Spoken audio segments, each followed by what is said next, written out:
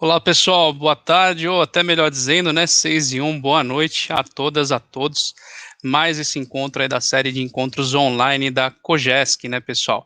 Começamos aí com essa introdução, esse vídeo com essa música mais tranquila, né, final do dia sempre corrido, então a gente deu essa tranquilizada, mas se tranquilizou demais e alguém dormiu por aí, tô aqui para tentar aí com animação, motivação, despertar e deixar todos e todas conectados aqui com a gente. Mas brincadeiras à parte, ou pelo menos uma tentativa de brincadeiras à parte, quero agradecer todos, todas que estão aqui nessa transmissão de mais esse encontro da série de projetos online da Kojesc, né? Eu vou, até fizemos aqui uma retrospectiva nesse vídeo, mas acho que é importante compartilhar com vocês, né, aquela velha história de onde viemos, para onde vamos, né? E acho que o timing é bom aproveitar esse começo de encontro para fazer isso. Então, eu vou compartilhar aqui, assim que eu encontrar, achei a minha tela com vocês, exatamente para lembrar, né, pessoal? Então, a Kojesc, essa iniciativa idealizada, organizada, realizada aí nos últimos 6 anos pela Blue Ocean, né, chega aqui a sua quinta edição.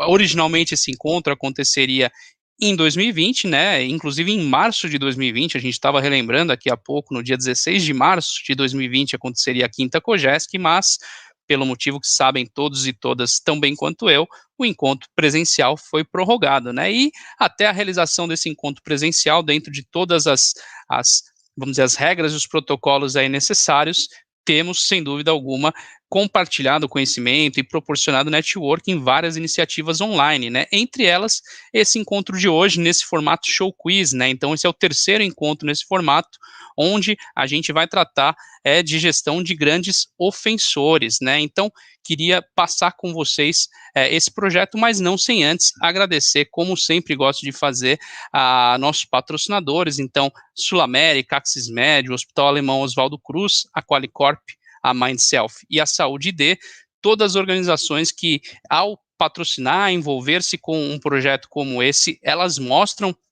exatamente o seu olhar e a importância que dão a esse tipo de encontro, a esse tipo de debate, a esse tipo de interação. E, claro, tem nosso agradecimento por estarem conosco e, obviamente, pelo seu patrocínio, ajudar-nos a viabilizar uma iniciativa como essa junto com vocês, tá? Então, fica aí o nosso obrigado, é claro, né?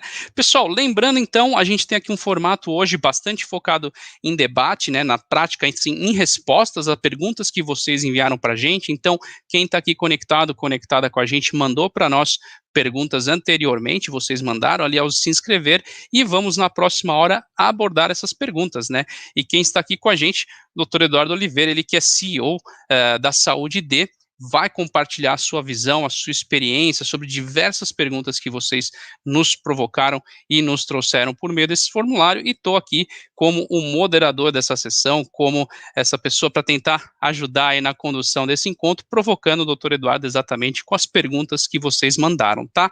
E pessoal, não deixem a gente fazer comentários, a gente vê aqui todos os comentários e quando contextualizados com as perguntas, a gente vai também projetando aqui para a gente ter uma interação legal com vocês. A gente tem um pequeno delay, tá? Um pequeno atraso, então eu falo aqui, quem está no YouTube recebe uns 10, 15 segundinhos depois, então se eu não ver teu comentário em tempo real, não foi por maldade, é por conta desse pequeno atraso aí, coisas realmente das transmissões ao vivo, né? E pessoal, hoje para esse formato show quiz, né, como a gente gosta de comentar, a gente tem essa roleta onde a gente organizou as perguntas que vocês enviaram dentro de 4 temas-chave, né? Então a gente vê aqui o mapeamento e a identificação, pensando nos grandes ofensores, esse desafio de saber quem são na prática dentro da sua gestão, as parcerias estratégicas que podem ser feitas exatamente para contribuir com a redução do impacto dessa população, né?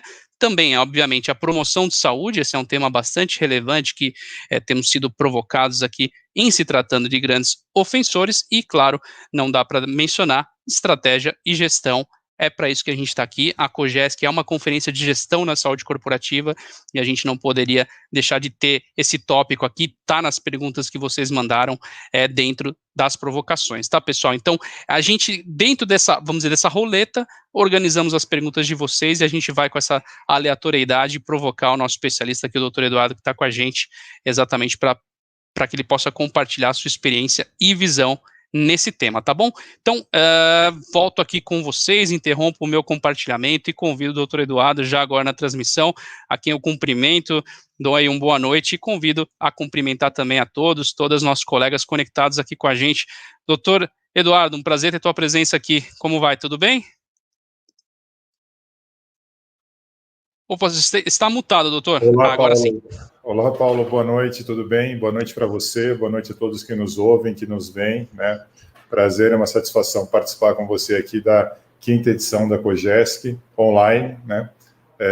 Espero que sejam todos bem, em segurança, apesar dos momentos desafiadores que a gente tem vivido ultimamente, né? Mas e contribuir de alguma forma para a nossa conversa aqui hoje. Sem dúvida alguma, não tenho sombra de dúvidas, doutor, que será uma contribuição muito bem-vinda, muito oportuna. E, pessoal, até como falei para vocês da dinâmica que a gente tem aqui, né, e também já estou vendo vários comentários de vocês chegando, né, então, pessoal dando boa noite, aqui, olha só, quem está com a gente, Marcelo Ruiz dando boa noite, também o André Ramos, olha, Luciano Silva, Silvana Duarte também cumprimentando todo mundo, Yolanda, Daniele, Gerardo, muito legal, pessoal, bacana, obrigado pela presença de todas vocês.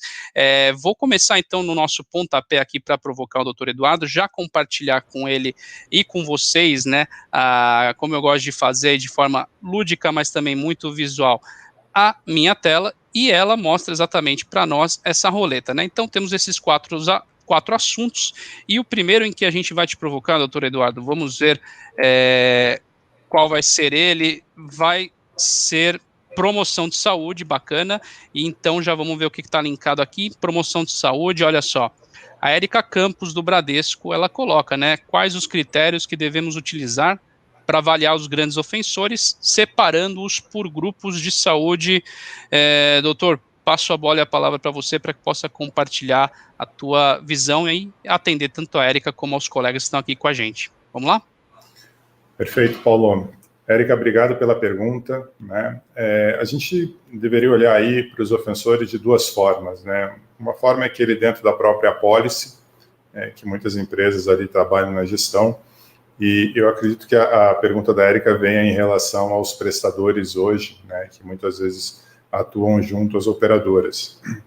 Acho que tão importante quanto a avaliação dos ofensores, né? Eu acho que a gente tem que pensar muito no modelo. Nós temos hoje um modelo de utilização dos recursos, né, médicos de uma maneira culturalmente muito voltada à utilização pela urgência e emergência, né? A gente tem pouca cultura ainda enraizada na utilização disso de forma coordenada, de forma preventiva. E isso acaba muitas vezes, né, alterando a forma de otimizar a utilização desses recursos, o que impacta em resultados, talvez, que não se traduzam em qualidade e custo. Eu acho que na interface com esses prestadores, acho que é necessário estabelecer ali algumas regras, né, para que isso funcione da melhor maneira possível, passando desde integrações de informações, né, e isso, obviamente, vivemos aí momentos que a gente precisa preservar muito os dados dos pacientes, então é possível fazer isso respeitando de forma ética a LGPD, mas eu acho que a base começa nessa troca de informações, que é o que permite tanto a operadora, né, de saúde como o seu prestador terem a visão de como as coisas estão evoluindo, né? E por que é tão importante essa visão? Porque, na maneira como está funcionando hoje, está cada vez mais difícil manter sustentável o benefício de saúde, né? O que eu quero dizer com isso? Quando a gente olha a cada ano o reajuste dos planos de saúde em 2 dígitos, né, contra a inflação geral do país muito mais baixa do que isso, é um desafio muito grande para empresas, operadoras, para o sistema em si, né, a manutenção do benefício. Então, quando a gente pensa que é possível, sim, através de uma integração de informações, trocar dados que venham gerar valor e possibilitar a gestão de ambos, né, e é importante também o feedback desses dados aí de forma epidemiológica, com indicadores de referência de mercado, até para o próprio prestador, eu acho que isso auxilia muito na parte de gestão, né? Acho que outro desafio que nós temos com os prestadores hoje, e isso de forma geral, é a questão do próprio pagamento por performance, né? Hoje nós somos muito calcados ainda no fee for service, e isso, mais uma vez, ele traduz o custo saúde entre frequência versus utilização. E você tem pouca gestão sobre isso. Então, se uma população utiliza demais, é a tabela acordado versus esse múltiplo.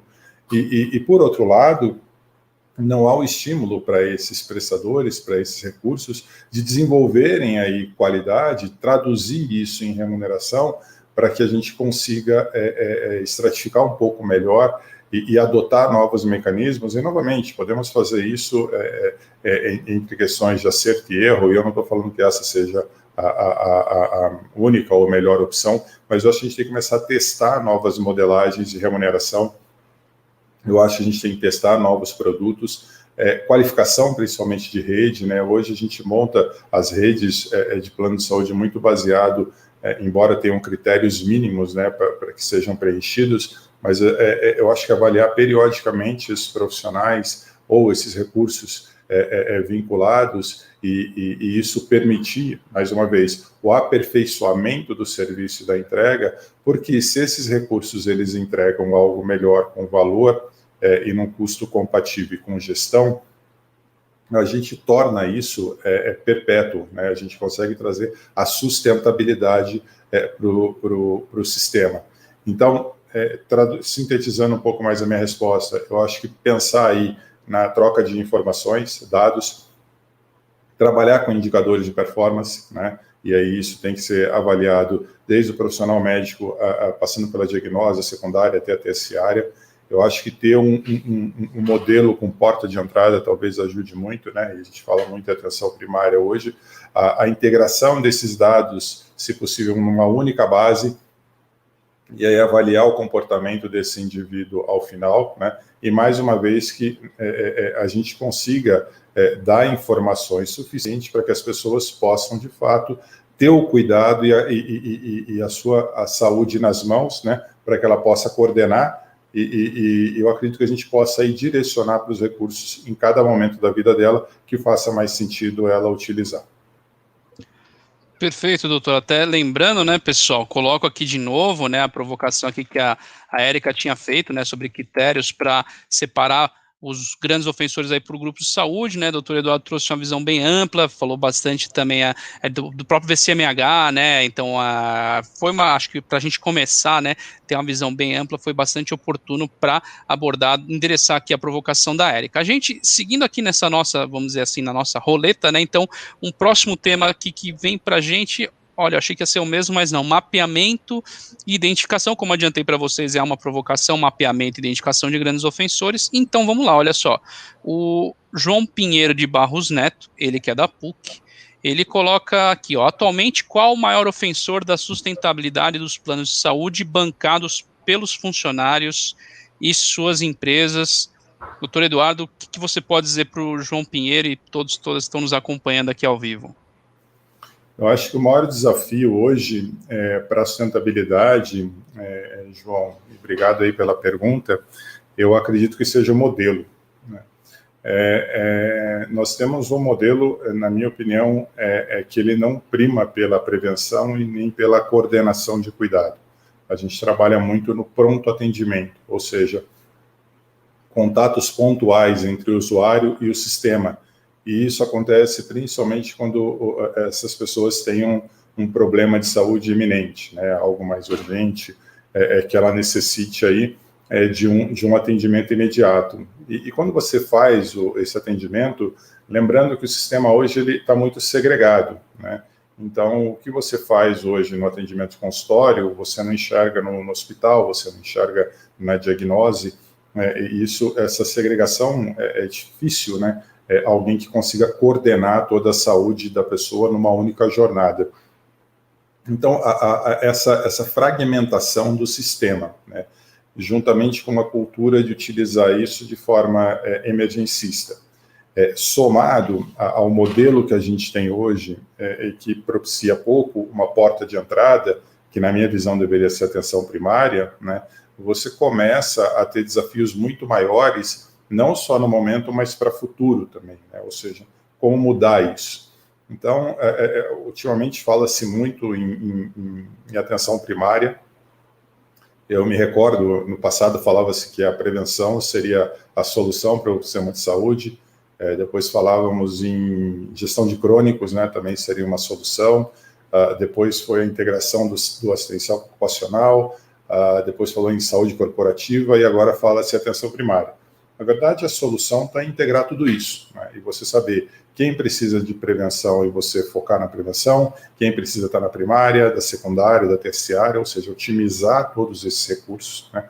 E para isso acontecer, tem que mudar o modelo e você tem que integrar dado, que a partir disso você consegue dar a cada um o recurso necessário para que ele utilize aquilo de forma otimizada, né? E ao final você entrega mais qualidade e, consequentemente, uma redução de custo. E não o contrário. Acho que não tem que focar no custo exclusivamente, porque hoje uma medicina de primeira linha, bem gerida, ao final ela custa menos, né? E aí a gente tem indicadores para ver tempo médio de internação em hospital de primeira linha, em relação à segunda e terceira linha de hospitais, quanto tempo vale mais esse paciente internado versus a efetividade desses hospitais. Então, acho que a gestão associada a bons recursos, ao final a gente entrega muito mais valor aos indivíduos, né, aos pacientes, muito mais qualidade e, consequentemente, com redução de custo, e aí traduzindo isso na sustentabilidade do sistema. Perfeito, meu cara. Até compartilhando de novo, né? Então, a pergunta aqui, a provocação do João Pinheiro, né? Então, sobre qual o maior ofensor da sustentabilidade, né? Acho que tua resposta foi bastante nisso, esse olhar para a gestão, para a sustentabilidade dos planos bancados por funcionários e suas empresas. E eu tinha até adiantado, né, doutor, que tem uma provocação que ela vai um pouco ao encontro dessa, porque ela fala também sobre grande ofensor, né? E é uma provocação que a gente recebeu aqui, é da Mirella Molesini, ela é da Ultragaz, que ela fala do caso dela, o grande ofensor delas são aposentados, né, e que estão desligados e sem vínculos. Inclusive, eu tive aqui a curiosidade, a Ultragaz é uma empresa de mais de 80 anos, né, então eu acho que a Mirella deve ter alguns casos desses na população dela, mas brincadeiras aqui à parte, doutor, quando tem esse caso específico, né, que os ofensores são aposentados, não estão mais na empresa, não tem vínculo, que dicas você pode dar, estratégias, que pode compartilhar com quem está aqui acompanhando a gente? Olá, Mirella. Acho que essa pergunta é muito difícil de responder e eu imagino que não seja só ela, mas muitas empresas hoje, elas vivem essa mesma situação, né? O desafio é muito grande. A gente tem um envelhecimento populacional, né? Cada vez isso tá mais eminente aí na nossa sociedade. Junto com isso, a gente tem cada vez menos acesso, né, as pessoas a plano de saúde. Então, hoje, quem está dentro de uma empresa e consegue se aposentar, a manutenção desse benefício é importantíssimo, né, para essas pessoas. Porém, com o avançar da idade, a utilização maior, você acaba tendo um custo maior e acho que o grande problema, na verdade, aqui é o acesso, né, ou seja, como é que você mantém um vínculo com essa pessoa sem interferir, mas trazendo a eles uma utilização de recurso que torne isso sustentável, né? E para isso existem algumas possibilidades, né? E vai variar isso de empresa para empresa. Existem empresas que ainda mantêm algum tipo de comunicação com essas pessoas, né? Forma direta ou indireta, e isso é possível trazer a eles um programa voltado a prevenção, né, e aqueles que já têm alguma doença instalada, um programa de gestão de crônicos. Mais uma vez, eu acho que a ferramenta de atenção primária também pode funcionar muito bem, né, com médico de família, ou até mesmo um geriatra acompanhando essa população, porque isso envolve uma equipe multidisciplinar no acompanhamento dos pacientes, principalmente os aposentados, né, que vai desde a atividade física, a nutrição, o acompanhamento médico periódico, para que esse paciente não evolua, que o grande impacto está na hora que esse paciente interna, né, e não só dos pacientes aposentados, mas de toda a carteira hoje, o maior impacto está nas internações. E é possível hoje tomar ações que você acompanhe esse paciente e você cria indicadores, né, e mais uma vez o desafio está em engajar o paciente a participar desses programas, você cria indicadores que permitam você, no acompanhamento, a ter alguns flags ali que esse paciente tende a um quadro de descompensação.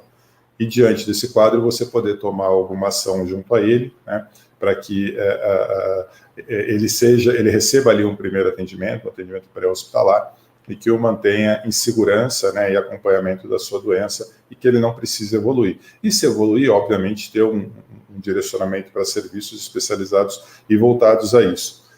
Várias...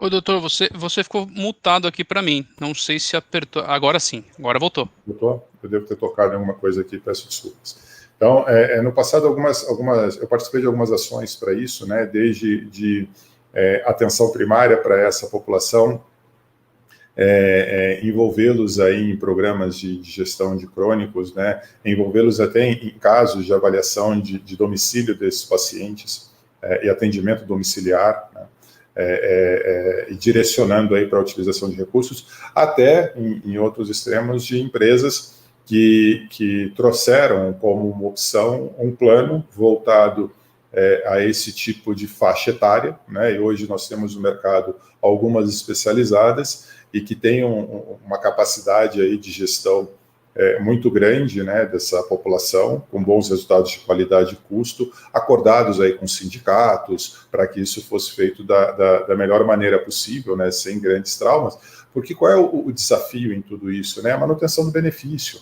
Eu acho que a transparência é importante na comunicação também, né, e dividir a responsabilidade com o usuário para que ele entenda que essa utilização impacta diretamente na sustentabilidade do benefício. E eu acredito aí que o grande objetivo da Mirella é, de forma alguma, cercear ninguém da utilização, mas encontrar algo que, de fato, mantenha a qualidade, torne isso sustentável a longo prazo, né? Até porque outros participarão dessa carteira. Então, tem ações, sim, que são possíveis fazer de maneira muito mais ampla, coordenada, e até a possibilidade de você trabalhar hoje com prestadores que, de fato, são especializados em atender esse público, né? Mas, e o ponto nisso, mais uma vez, Mirella, envolve negociações muito mais amplas, né, do que simplesmente uma troca de benefícios de plano. Perfeito. Acho que, assim, sumarizando, né, passa pela gestão, né, tem que ser uma gestão bastante dedicada, né, e especializada, principalmente pelo impacto, né, e é um ponto que é aquilo, né, hoje, lá na Ultragás, no contexto da Mirella, isso está acontecendo, entendo eu que está acontecendo, né, foi a provocação dela, mas é uma questão de tempo, literalmente, até acontecer com outras organizações. Se ainda não estão vivenciando com isso, muitas já estão, como começou trazendo essa reflexão, né, doutor? Perfeito. Pessoal, a gente aqui dando uma sequência, né, eu quis fazer essa provocação porque eu vi que quando falava de grandes ofensores, né, e ali foi a pergunta do doutor José da PUC, né, eu vi que fez ali uma ponte com essa provocação da Mirella, tive que colocar aqui, te agradeço pela resposta, mas seguindo aqui, então, para a nossa roleta, para os temas-chave que temos aqui nesse nosso encontro de hoje, aqui temos mais ou menos aqui uns 45, 50 minutos ainda de encontro. Olha só, estratégia e gestão é um dos focos que a gente tem, e a Mônica Marim, da BWG Seguros, ela coloca como realizar a gestão dos grandes ofensores. E aqui, pessoal, quero até dar o crédito, estou olhando aqui que, olha, o Marcelo Amaro, da Unimed Paraná, o José Santos, do SESI, Nayara Silva, também do BWG, mandaram para a gente perguntas bastante similares a essa, ligada à gestão, ligada à estratégia, né? Então a Mônica Marim acho que está aqui com essa pergunta, mas que vocês sintam-se representados e representadas pela provocação dela. Então, doutor, sem mais delongas, e aqui atendendo a Mônica, como realizar a gestão dos grandes ofensores? Acho que esse é o nosso foco aqui de hoje. Ela dá uma visão aqui mais ampla na gestão, né? Mais direcionada para a gestão, e te passo a palavra para conhecer tua opinião. Vamos lá? Mônica, obrigado pela pergunta, e eu tenho uma dúvida na sua pergunta, né, se a gente está falando de ofensores como prestadores de serviços para a operadora, ou se a gente está falando de pessoas dentro do plano de saúde como grandes utilizadores, né. Eu vou tentar resumir ambos de maneira muito objetiva. Se a gente está falando de utilizadores do plano dentro de uma policy, né, Nós temos ali dividido, né, categorizado entre consultas, exame, pronto-socorro, nós temos internação, órtese, prótese, material especial e home care, né? Eu acho que se a gente dividir a utilização hoje das pessoas dentro do plano, a gente consegue mapear dessa forma. E aí você consegue, através disso, olhar para trás 12 meses e ver como foi o comportamento dessa população, né? Se quiser aumentar até um pouco mais, 24 meses, mas acho que 12 é suficiente para você ver onde as pessoas se enquadram melhor, né, dentro dessa utilização, e aí você faz a ponte também para os prestadores de serviço, né? Ou seja, para onde você direciona seus casos. Então, se eu olho para isso, para dentro de uma policy, e eu faço essa estratificação, eu começo a ver aqueles grupos, né, que mais utilizam. Então, existem percentuais, vocês sabem melhor do que eu disso, de utilização de pronto-socorro, vocês têm taxa de internação, tem a questão de procedimentos passíveis de segunda opinião médica. Então, nós temos vários indicadores que, olhando para uma policy, a gente consegue ver se isso está dentro ou fora, e mesmo estando dentro, tomar ações para que a gente consiga melhorar ainda mais essa performance, né? E mais uma vez eu volto ao desenho do modelo. Acho que o modelo é importantíssimo para que a gente consiga direcionar os casos, né, e otimizar recursos. Quando a gente olha para fora e vê os ofensores, e aí olhando para isso como prestadores, né, é importante criar ali alguns critérios e parâmetros que vocês possam acompanhar de perto, né, e avaliar, desde a avaliação qualitativa da primária e da secundária, né, e muitas vezes as pessoas elas procuram a secundária e talvez não seja a forma mais indicada. Se eu estou com dor de cabeça, eu já vou no neurologista. Se eu estou cansado, eu já vou no cardiologista. Se eu estou inchado, eu já vou no nefrologista. E de fato, será que eu preciso desse profissional? Lembrando que na atenção primária, 92% dos atendimentos se resolvem no atendimento de atenção primária, né? 6% apenas acabam indo aí para direcionamento da secundária, e você faz isso com referência e contra-referência, e esse paciente continua no segmento, ou seja, não simplesmente no atendimento pontual. Então você tem como avaliar os médicos, quantidade que esses médicos atendem, nível de solicitação de exames, a gente tem como olhar hoje o pronto-socorro, né, o percentual de pronto-socorro, taxa de conversão, ou seja, essa pessoa está no pronto-socorro, ela é internada, quanto tempo ela fica internada para ter uma alta, né? Pacientes que vão para UTI, para quarto, ou pacientes que, em alguns casos, infelizmente, a gente vê muito disso, de UTI diretamente para casa. Então, é importante mapear esses recursos, e hoje é possível fazer isso, né? Nós temos como obter esses dados para que vocês tenham aí condições, primeiro, de negociar com os recursos médicos, falar, olha, eu preciso performar melhor, lembrando mais uma vez que todos fazem parte de um sistema, e que esse sistema ele tem várias engrenagens, né? Se uma dessas engrenagens não funciona, ela acaba comprometendo todo o resto. Então, deixar claro quão importantes são os recursos, né? Eu acho que avaliar qualitativamente, a gente tem pouquíssima, quase nenhuma ferramenta de avaliação qualitativa de rede hoje, né? Como é que eu avalio isso? E eu acredito que isso vai evoluir para a avaliação, sim, dos médicos. A gente avalia tudo que a gente consome hoje, absolutamente tudo. Se você pedir um produto pela internet e receber na sua casa, você avalia. Se você pedir comida, você avalia. Tudo é avaliado, absolutamente tudo. E eu acredito que na saúde essa evolução também vai acontecer, né? Ou seja, teremos as avaliações por aqueles que utilizam, obviamente com a necessidade de uma curadoria para isso, é importante, mas a gente ter isso vai fazer uma diferença muito grande para que todos evoluam para performar melhor. Porque performando melhor, a gente começa a ter condições de tornar isso perene. Então, na minha opinião, é criar indicadores aí para esses parceiros de vocês, indicadores que avaliem a performance deles, né? E aí eu dei alguns exemplos de como é possível fazer isso, trazer isso para um grande mapa, comparar, ter indicadores de mercado, e a partir daí sentar e dividir, né? Compartilhar essa responsabilidade, buscando cada vez mais efetividade no acompanhamento e cuidado da saúde das pessoas.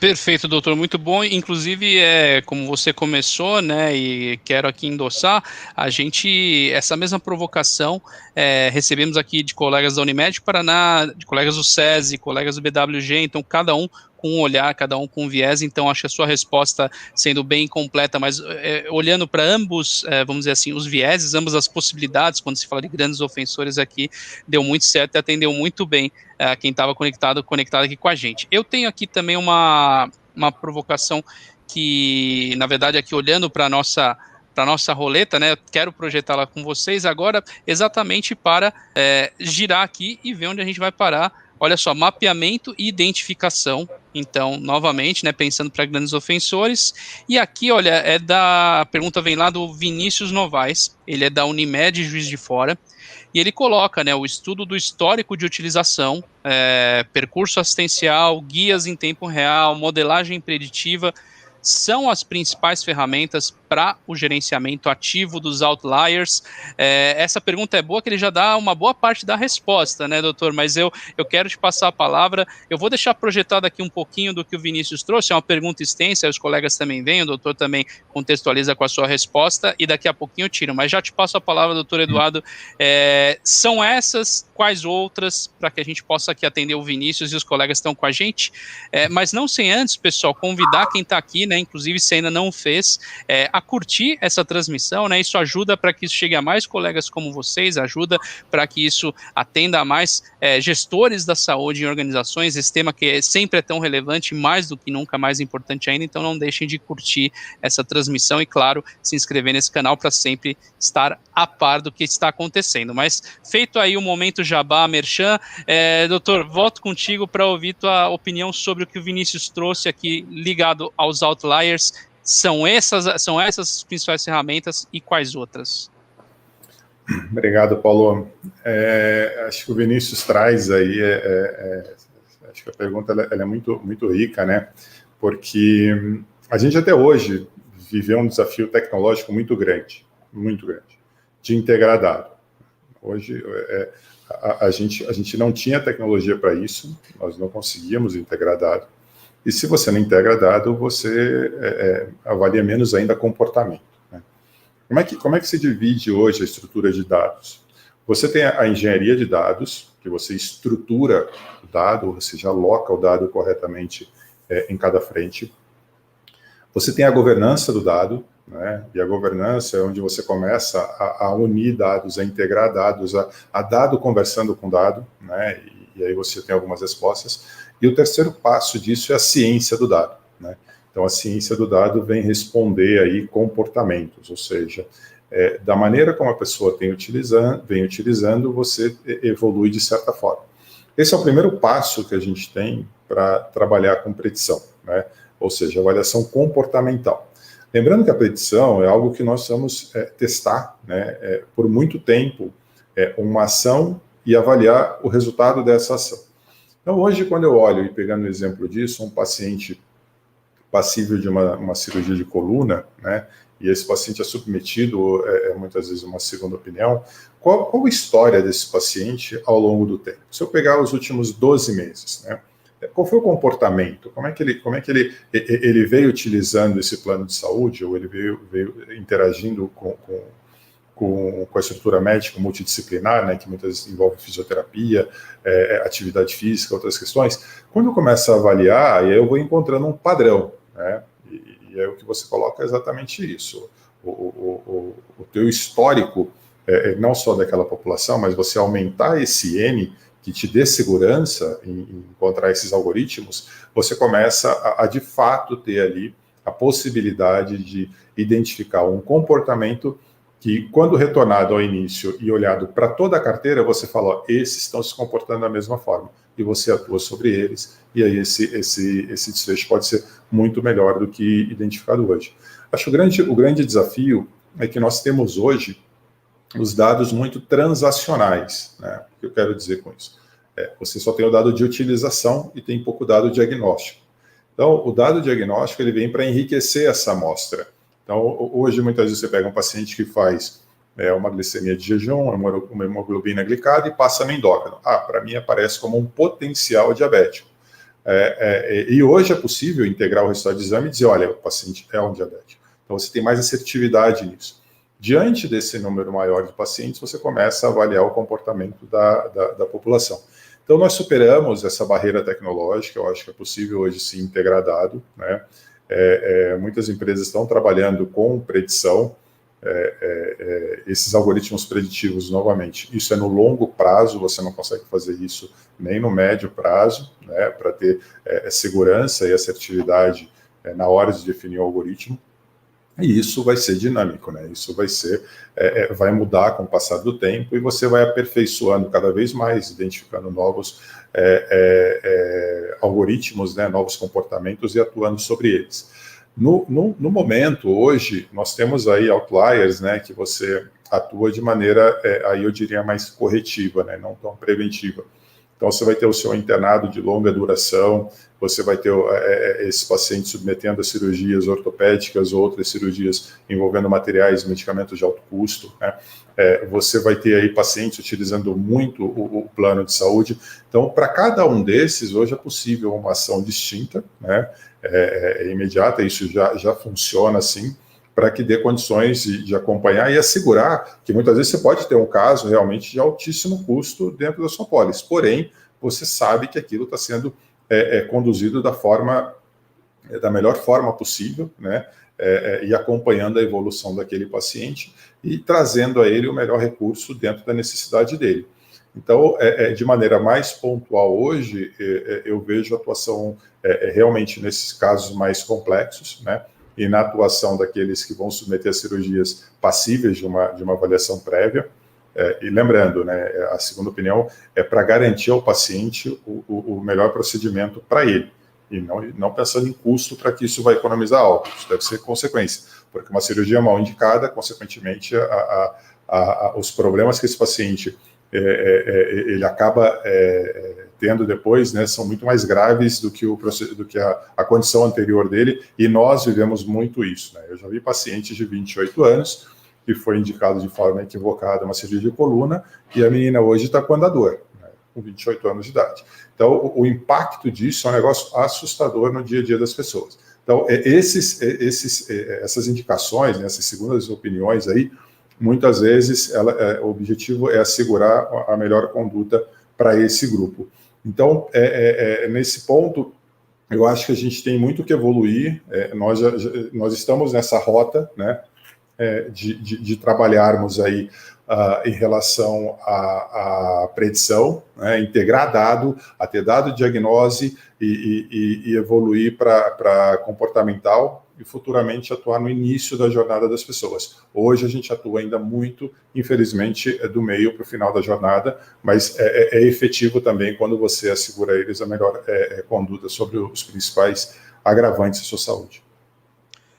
Perfeito, doutor. Obrigado pela resposta ampla. Inclusive, a gente até brincou aqui, né, que o Vinícius, acho que deu uma boa pincelada em vários temas que também vieram aqui na tua resposta, e queria também até aproveitar para dar o crédito. Eu vi que a Márcia Ribeiro da BGR, não sei se está aqui conosco na transmissão, mas ela também fez uma pergunta similar a essa, tá? Então sinta-se também atendida novamente, né, pessoal? Perguntas muito similares, eu sempre tento dar esse crédito aqui, porque a gente é limitado pelo tempo, né? Então a gente tenta atender o máximo possível aqui das provocações de vocês, mas sabendo que não conseguiremos pelo tempo atender todas. Mas exatamente nesse sentido, né, para eu não me estender muito mais, eu já quero compartilhar de novo aqui essa nossa roleta de temas de provocações, e o próximo deles, né, doutor, que eu vou te passar, fala sobre promoção de saúde.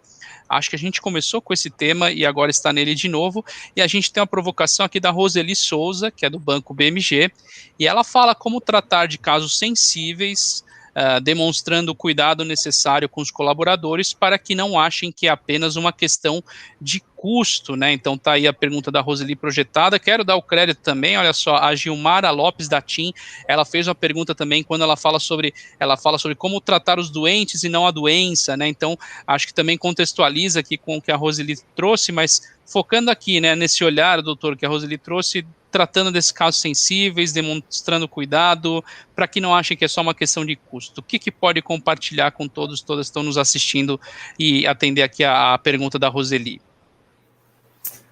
Olá, Roseli. Eu particularmente adoro esse tema, né?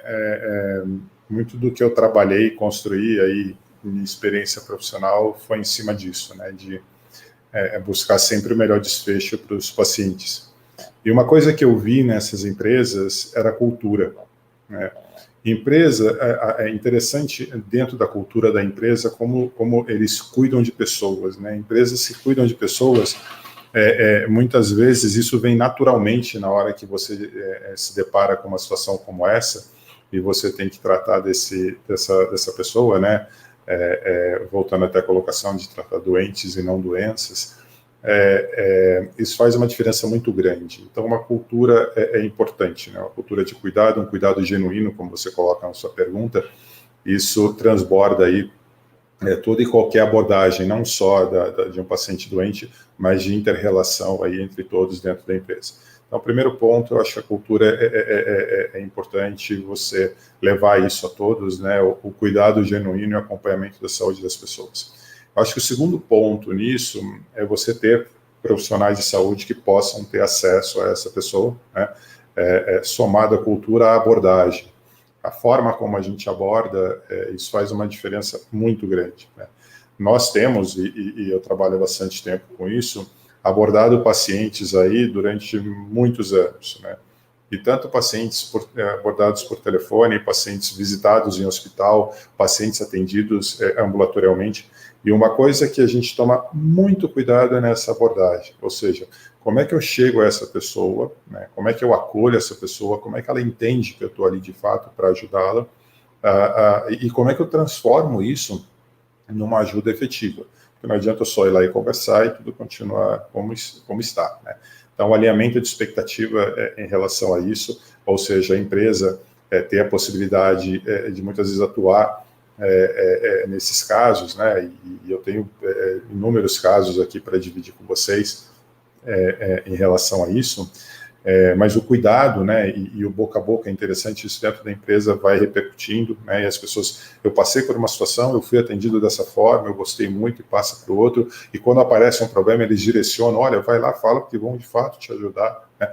Então isso vai transformando, né, isso vai fazendo com que facilite muito o trabalho e respeitar o paciente, né, nós temos aqueles pacientes que não querem de fato nenhum tipo de ajuda, isso varia de pessoa para pessoa, né, que ela acha que ela pode conduzir aquilo em família, sem interferência da empresa, e nos colocarmos à disposição. Olha, a gente torce para que você tenha o melhor desfecho possível, porém, qualquer coisa que você precise, nós estamos aqui com o canal de comunicação aberto, disponibilidade. A disponibilidade é importante, né? Se a pessoa ligar às vezes fora do horário, numa hora de desespero, e ser atendida por alguém.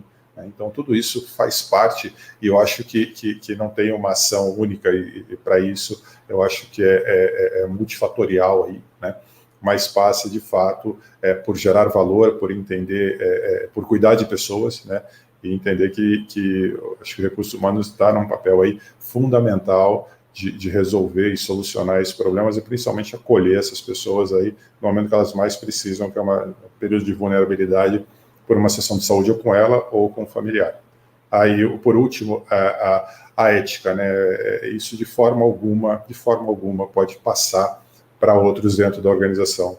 Por mais que eles, mas como comentar, isso tem que tomar um cuidado muito grande, porque se isso acontecer, quebra a relação de confiança e depois retomar fica muito mais difícil.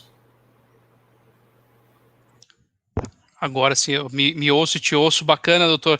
Obrigado pela tua resposta, e é aquilo que acho que você trouxe, obviamente, vários pontos muito interessantes, mas essa questão de olhar o boca a boca, né, o quanto isso é forte, e você até trouxe nessa disponibilidade, né, em algumas situações, quando você mostra disponibilidade, quando alguém é atendido num momento, num horário que nem imaginaria que às vezes é atendido, esse é o tipo de coisa que o boca a boca vai levar adiante. Então, essa qualidade, né, esse atendimento, esse olhar é algo que o boca a boca leva para frente e trabalha a favor, né, dessa gestão, trabalha a favor de como a coisa acontece. Muito bom, até projetei aqui da Gilmara, que também tinha feito esse adendo a essa questão, né, sobre tratar doentes e não a doença.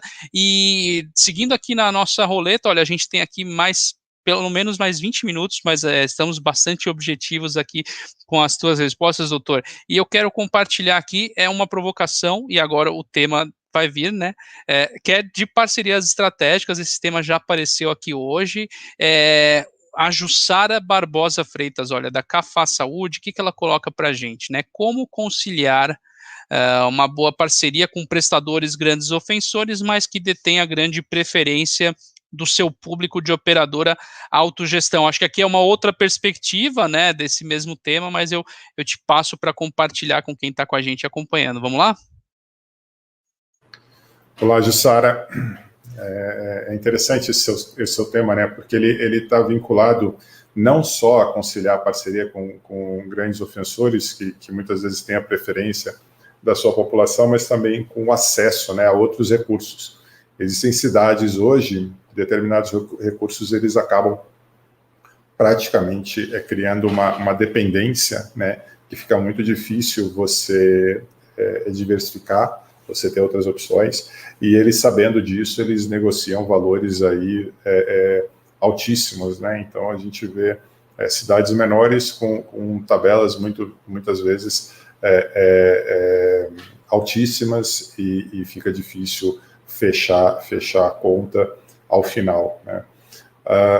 Como sugestão, talvez criar de maneira, ou através de um parceiro, ou através de uma própria estrutura de vocês aí, talvez criar uma atenção primária, para que você dependa cada vez menos, ou utilizar de forma correta esse parceiro ao final, de maneira muito otimizada, né? Tem cidades aqui no interior de São Paulo e na região metropolitana que as empresas têm sofrido muito, né, em conseguir manter hoje seus custos, né, e a utilização desses recursos. E, obviamente, os recursos estão ali, devem ser utilizados, né, mas eles devem ser utilizados quando de fato necessitam. Hoje, 80% dos atendimentos em pronto-socorro não deveriam estar em pronto-socorro, né? O recurso a resolver aquele problema é outro. E a gente sabe o quão caro é utilizar o pronto-socorro para isso. Eu não estou falando só do valor da utilização, mas estou falando do que envolve o paciente de não ter ali um acompanhamento da saúde local para isso. É só pontualmente resolver uma queixa, um sintoma ou algo mais grave. Então, criar aí talvez uma porta de entrada que permita a vocês uma avaliação mais ampla, e aí você pode ir criando unidades satélites para isso, para que as pessoas procurem prestar um bom serviço, um bom atendimento, com profissionais de qualidade, uma experiência muito boa desse usuário, você começa a engajá-lo dentro desse novo atendimento, dentro desse novo serviço, né? E com o engajamento você começa a trabalhar com ele uma melhora no cuidado da sua saúde. E eu estou dizendo isso no extremo, né? No extremo que você já esgotou, eu acredito que você deva viver muito isso, todas as suas possibilidades de negociação com esses recursos, né? Para que você consiga ali ter, de fato, uma relação de parceria mesmo, né? Porém, se você não esgotou tudo isso, acho que sentar, conversar, criar indicadores, avaliar a performance do serviço, dividir isso periodicamente, os principais casos, obviamente, com o médico dos dois lados discutindo isso, quando buscar o melhor desfecho, quando acontecer cada caso desse, para onde direcionar, para onde encaminhar, como acompanhar, eu acho que são coisas que podem sim ser exauridas aí numa conversa, né? E novamente, o nome diz de parceria, né? Para que isso se estenda por muito tempo, porque aí você consegue manter esse recurso, a sua população satisfeita quando precisar dele, porém ter um leque de opções aí que você pode trazer de atendimento, né, para isso, para que, novamente, vale a pena investir em bons profissionais nessa porta de entrada, vale a pena investir muito para que essas pessoas passem por ali e entendam, de fato, agora estendendo um pouco a pergunta, se não me engano, foi da Roseli, né? Imagine criar essa cultura não só dentro da empresa, mas para a rede também. Ou seja, a hora que a pessoa fala, eu tenho o meu médico, eu tenho um médico que sabe do meu histórico, que cuida de mim, que acompanha meu filho, que acompanha meu marido, ou que acompanha minha esposa, né? Dentro desse cenário, e aí você começa a criar vínculo. E a hora que você começa a criar esse vínculo, aí você vai direcionando, até pela relação de confiança estabelecida, para a utilização muito mais otimizada dos recursos, né? E a hora que for, você ter referência e contra-referência, acompanhar esses casos, para que você tenha esses pacientes aí, de fato, coordenados, né? E esses recursos aí, novamente, uma parceria que possa te trazer indicadores de performance se você participar, né? Eu não digo que você vai fazer a gestão, mas você ser um co-participante aí junto da gestão desses prestadores também. Prevalece aquela máxima, né? Não dá para gerenciar o que não mede, né? Então, indicadores, medindo aí, se eu posso falar no melhor sentido da palavra, pessoal, a exaustão realmente, porque é isso que vai dar para a gente esse olhar, e até lembrando, né? Estamos falando de gestão dos grandes ofensores, né? Então, falamos aqui de gestão, acima de tudo, né? E sem todos esses indicadores, todo esse olhar, realmente a coisa não acontece. Obrigado, doutor, pela contribuição. A gente vai passar, então, para mais uma provocação aqui, né? Então, compartilhando como tenho feito com vocês, eu acho que a gente ainda está aqui na pergunta da Jussara, é isso que fez agora, e aí na nossa roleta a gente tem aqui novamente, a gente passa para o tema, vamos ver aqui, mapeamento e identificação. Esse tema já tem, acho que 2 perguntas desse assunto, né? Quer dizer, a gente vê que é uma demanda realmente de vocês, e expandindo isso aqui, a gente tem a provocação da Cristiane Yahara, acho que é essa a pronúncia, tá, né, Cristiane? Ela fala quais são as novas tecnologias na área de dados para a identificação dos ofensores, e tem aqui também para mim uma observação para a gente não deixar.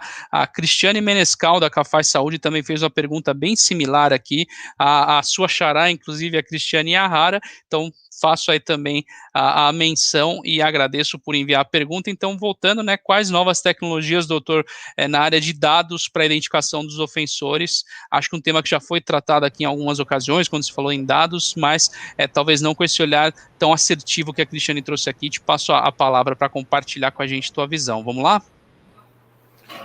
Legal, Paulo. Obrigado, Cristiane. Eu acho que a gente avança muito com a questão da tecnologia, né? A tecnologia, ela juntamente com produtos, né, e tecnologia, você consegue escalabilidade, né? E a escalabilidade, ela tanto pela quantidade maior de pessoas que você consegue avaliar dentro disso, mas pelo menor tempo que você o faz, né? Então, quando a gente olha aí para a sua pergunta, né, o que a gente tem de tecnologia para atuar sobre esses principais ofensores, hoje existe aí, com a possibilidade do dado e da integração da informação, né, e junto com o diagnóstico e tudo isso, você começar a desenvolver inteligência artificial através de machine learning para que isso venha avisando você desses principais casos, né.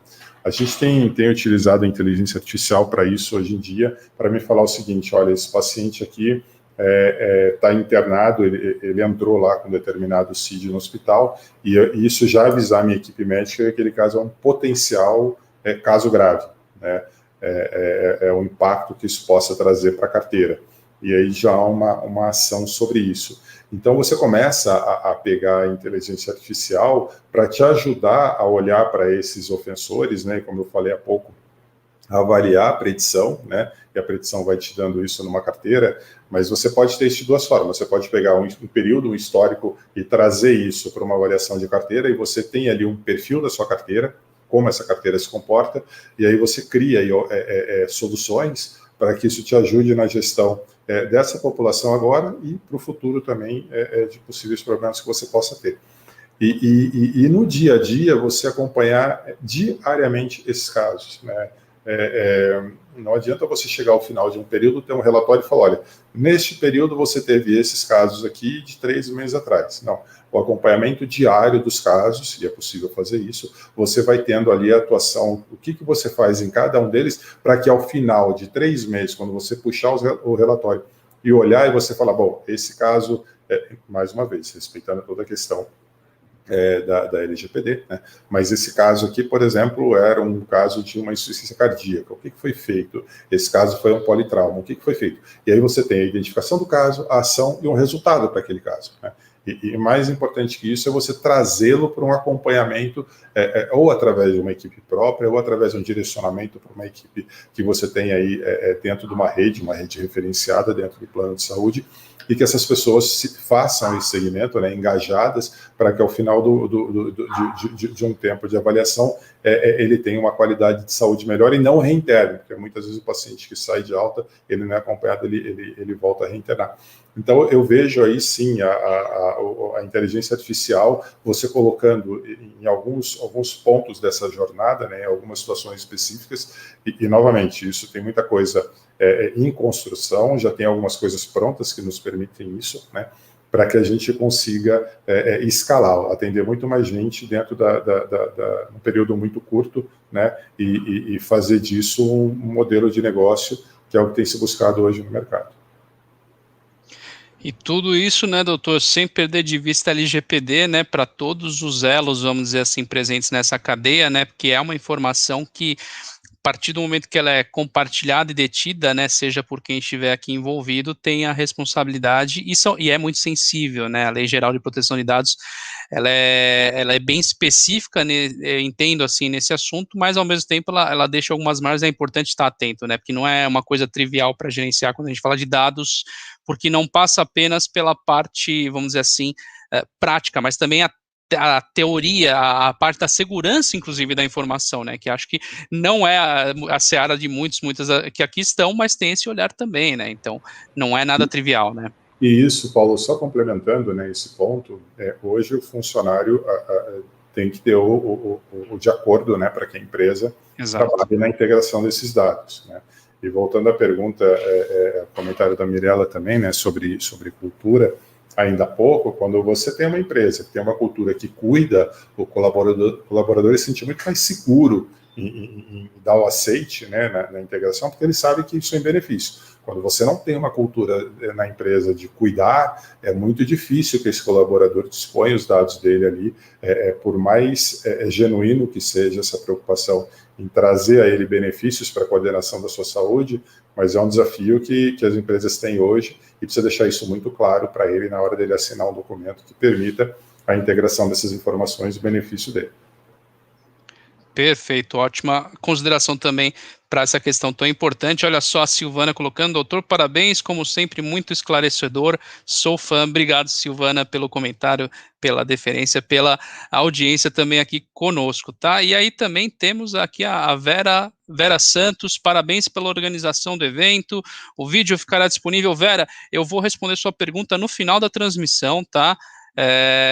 Para ficar na transmissão, mas brincadeiras à parte, sim, a transmissão fica disponível, tá? Já adianto para vocês, mas adianto também que temos ainda coisas bacanas para falar aqui nos próximos minutos, inclusive talvez surpresas para quem está aqui conosco, tá? Mas feito esse momento lúdico aqui, da gente ver um pouquinho do que o pessoal está compartilhando, a gente vai para os nossos finalmente, aí quase os nossos 10 minutos finais, olhando para os nossos temas. Então a gente tem aqui como próxima provocação que eu vou passar para o doutor Eduardo, promoção de saúde. Esse assunto acho que já veio pelo menos uma pergunta aqui, e quem faz essa pergunta agora, a Adriana Persechini, acho que é essa a pronúncia, ou Persettini, da Seva, ela coloca aqui, quando podemos atuar quando não temos um time de médicos para nos auxiliar na interpretação de dados e traçar a estratégia corretamente. Obrigado, Adriana, pela provocação. Passo a palavra, então, doutor Eduardo, como que dá para atuar quando não tem esse time de médicos? Acho que já tinha, inclusive, pontuado um pouco desse tema, né, mas agora a gente vai de forma assertiva aí com a provocação da Adriana. Vamos lá. Olá, Adriana. Esse ponto é muito comum, né? Tem muitas empresas aí que não têm a sua estrutura médica, até por questões de número de colaboradores, né? Distribuição geográfica. Às vezes tem empresas com muitos colaboradores, mas espalhadas por diversas regiões, e aí não faz sentido ter um profissional único e exclusivamente para isso. Mas tem hoje a possibilidade de consultorias, né? E muito competentes aí para ajudá-la nisso. O que eu costumo dizer é que quando eu criei uma empresa há 11 anos atrás, né, e essa empresa ela foi adquirida pelo Grupo Fleury, quando a gente criou a empresa, a gente olhava para o mercado e via no mercado muitas empresas fazendo diagnóstico, né? Então pegava-se uma carteira e falava, está aqui o problema dessa carteira, está aqui o problema. E tinha pouca gente na atuação, ou seja, no tratamento.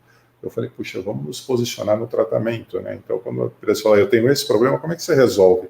E aí nós começamos a atuar 11 anos atrás, exatamente em trazer solução para esses problemas. Depois a gente foi evoluindo também para fazer diagnóstico.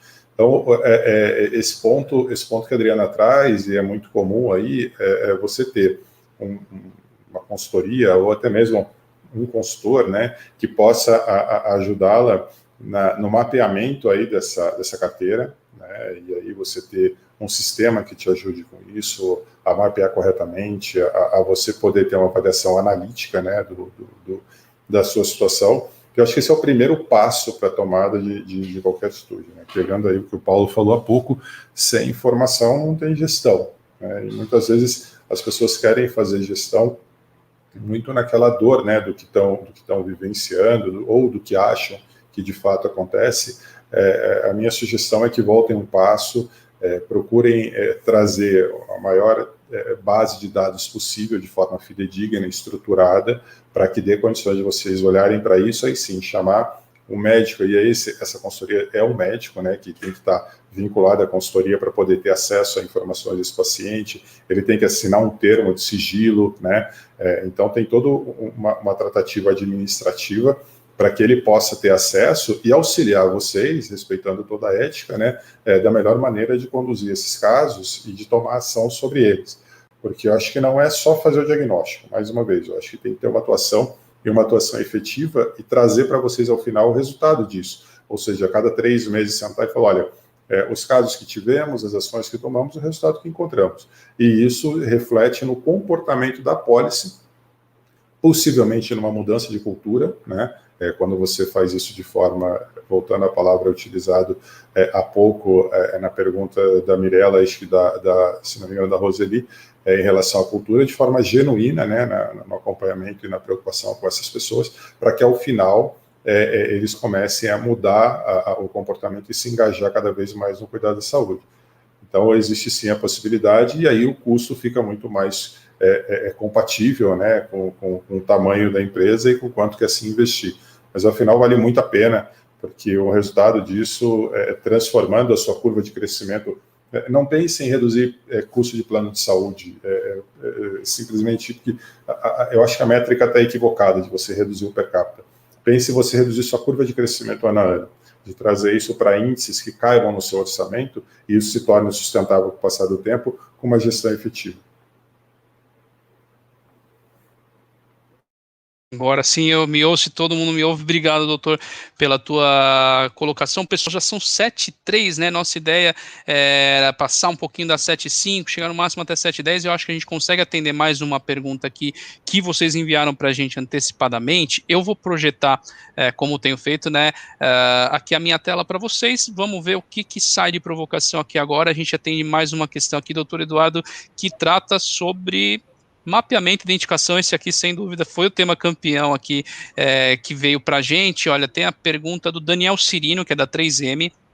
Ele coloca sobre high users, né? Então, você acredita mesmo que a famigerada análise de high users do plano de saúde ajuda ou atualmente há estratégias mais eficientes? Obrigado, Daniel, pela provocação. Também dando crédito, o Jean Martelli, da Unimed Campinas, também fez uma pergunta aqui sobre os hiperutilizadores. E já direcionando então para você, doutor Eduardo, high users, né, ajuda ou tem estratégias mais eficientes? Hoje a pergunta do Daniel e certamente muitos que estão aqui com a gente. Boa noite, Daniel.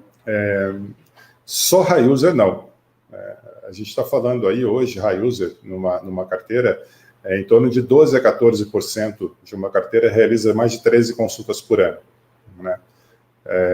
Algumas pessoas já me ouviram falar, o nosso recorde é uma paciente que realizou 1.440 consultas em um ano.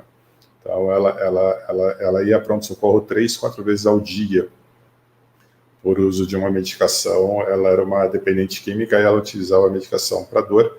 Então, foi a paciente que a gente teve maior quantidade de consultas, e o desfecho foi uma internação no hospital psiquiátrico, que ficou muito mais barata que essa utilização, né? E, de fato, resolveu o problema dela.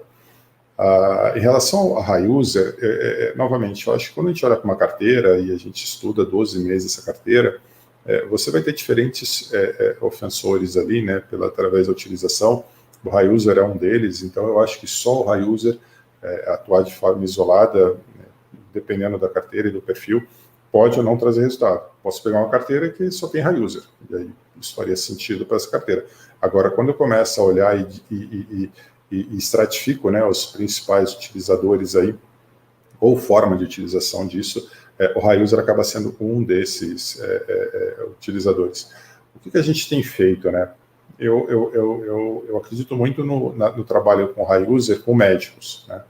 Então, a gente utiliza médicos nesse acompanhamento e novamente, cuidado com a abordagem. Nós não estamos aqui para cercear ninguém da utilização, é sempre se colocar à disposição do paciente, se ele tiver algum problema, nos procurar, né, é um ponto importante. O que a gente está fazendo agora é utilizando a telemedicina para isso. Até então, a gente fazia isso através de ligação telefônica, agora a gente consegue agendar com o paciente e fazer isso via telemedicina.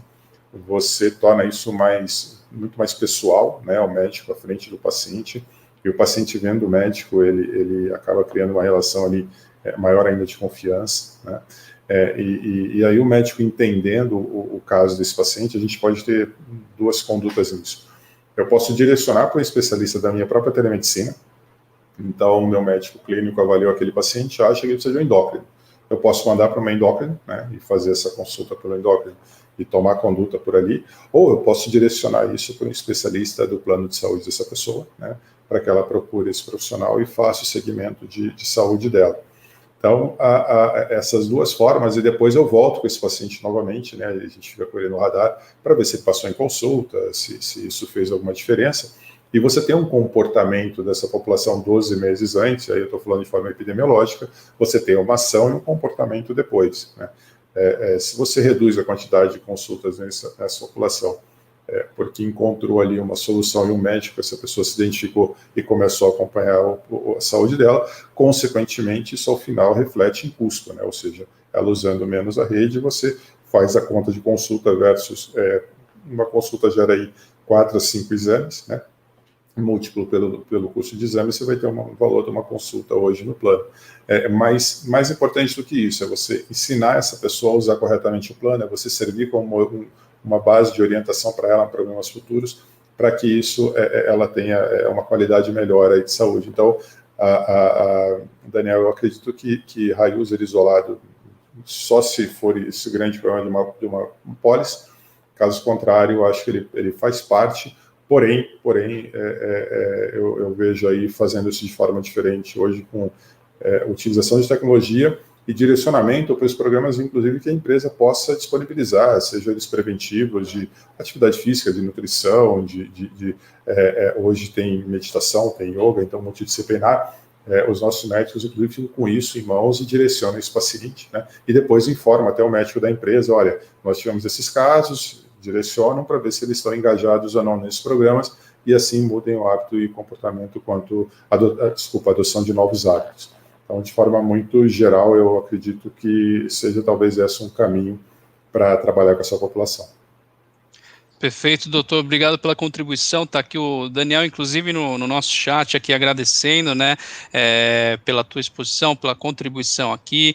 Também o João Pinheiro esteve conosco aqui em pergunta mais cedo, né, agradecendo pela oportunidade de participar, é muito útil para ele, e faço as palavras dele minhas, e certamente todas estão aqui com a gente, agradecendo, doutor, pela contribuição, muito bem-vinda, ótima visão, ótima contribuição, diversos pontos aqui que certamente vêm como provocações e vão ao encontro dos desafios de quem estava aqui. Então, obrigado, muito obrigado, foi muito bom esse encontro contigo. Acho, pessoal, que abordamos várias perguntas-chave aqui, né? Foram 10 questões aqui no total, eu contei, tá? Contabilizei, e reunindo exatamente muitas perguntas que muitas vezes eram similares entre si, tá? Então, sempre tomei aqui o cuidado de mencionar aquelas que tinham mandado alguma pergunta parecida. Não deu para abordar tudo, né? Mas a gente abordou o máximo dentro de gestão, mapeamento, identificação, parcerias, promoção de saúde, e eu tenho certeza que vocês saem daqui maiores do que entraram, né? E, inclusive, é nesse sentido que eu queria falar com vocês, no sentido de saírem maiores do que entraram, que destaco que todas aqui presentes, né, vocês se inscreveram, receberam o link para acessar essa transmissão, compartilharam o e-mail de vocês conosco, vamos enviar nesse e-mail de vocês uma biblioteca especial desse encontro, né, tratando de temas-chave aqui ligados à gestão dos grandes ofensores, ligados à gestão de saúde, né, a biblioteca COGESC. Então, vamos enviar nos e-mails de cada um, de cada uma, exatamente o link para acessar essa biblioteca e ter mais esse conteúdo, mais essa forma aí de aprofundar conhecimentos em temas tão importantes, tão relevantes, principalmente no nosso momento atual. Nesse contexto online que temos, é o contexto online o que temos para hoje, né, como se costuma dizer, doutor, é o que temos para hoje, mas ele funciona muito bem, sem dúvida alguma, para trocar conhecimento, para trocar ideias, para nos conhecermos aqui. Vejo aqui bastante ativos os comentários de vocês, então, obrigado novamente a presença. Doutor, obrigado pela contribuição. Paulo, eu que agradeço a todos aí, né, pela paciência, né, espero de alguma forma ter atendido as expectativas de vocês. Me coloco à inteira disposição para conversarmos, né, eu acho que a troca de ideias e informações é extremamente rica, então me coloco à disposição de vocês depois daqui, por favor, se quiserem conversar, trocar ideias, a gente aprende bastante com isso, né. E acho que a oportunidade é única, e na verdade não é o que tem para hoje, é o novo normal, né? O novo normal está se baseando nessa tecnologia cada vez mais, mas a gente tem que fazer isso de forma cuidadosa, né? Cuidem aí mais uma vez de vocês, dos familiares de vocês. A gente vive um momento realmente agora mais difícil de toda a pandemia, né? E acreditando que em breve com a vacinação a gente possa ter voltar um pouco daquela normalidade que nós conhecíamos, mas em segurança. Obrigado mais uma vez, uma boa noite a todos, um bom descanso e uma boa semana. Até a próxima. Exatamente. Até a próxima, pessoal. Se possível, fiquem em casa. Boa noite a todos e obrigado. Até mais. Tchau, tchau. Tchau, tchau.